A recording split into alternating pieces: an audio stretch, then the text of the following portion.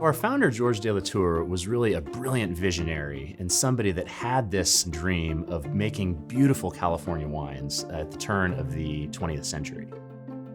He was born and raised in France, was very much an innovator, and he knew when he set foot on this property in Rutherford that he had something special.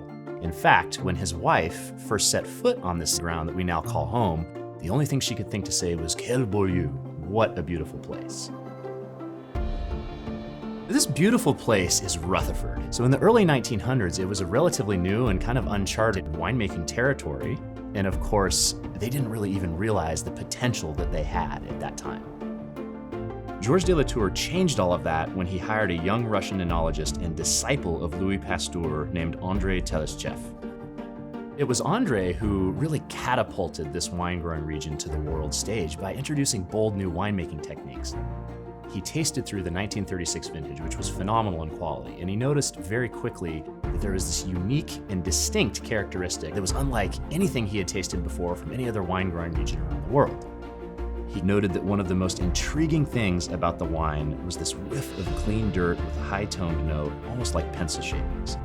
He recognized it as the expression of a distinctive terroir, the very fragrance of Rutherford, which he later called Rutherford dust.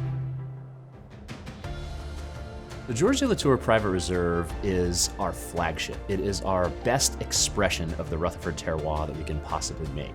With that first vintage of 1936, it completely changed the landscape of Napa Valley winemaking forever. Bam, you had a new standard of quality, a new bar, the bar was raised, and you had California's first cult Cabernet Sauvignon. And so one of the things that I am so excited to share is this Rutherford Reserve Cabernet Sauvignon. It's one of the most pure expressions of Rutherford dust and our unique Rutherford terroir that you can possibly have in a wine.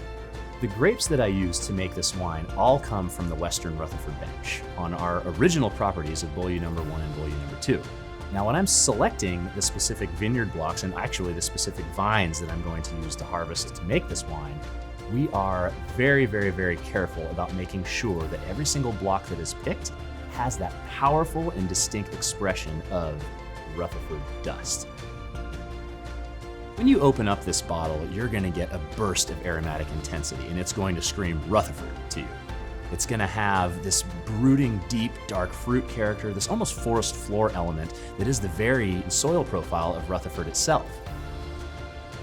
Then, one of my favorite things about it is the unique texture that you will experience. So it certainly has this cocoa powder texture and flavor profile. It hits you really on the mid-palate and falls into the finish. It's extremely broad, which allows you to really enjoy this wine early on if you want to, but also it has the power and the intensity to lay down and age for decades and decades.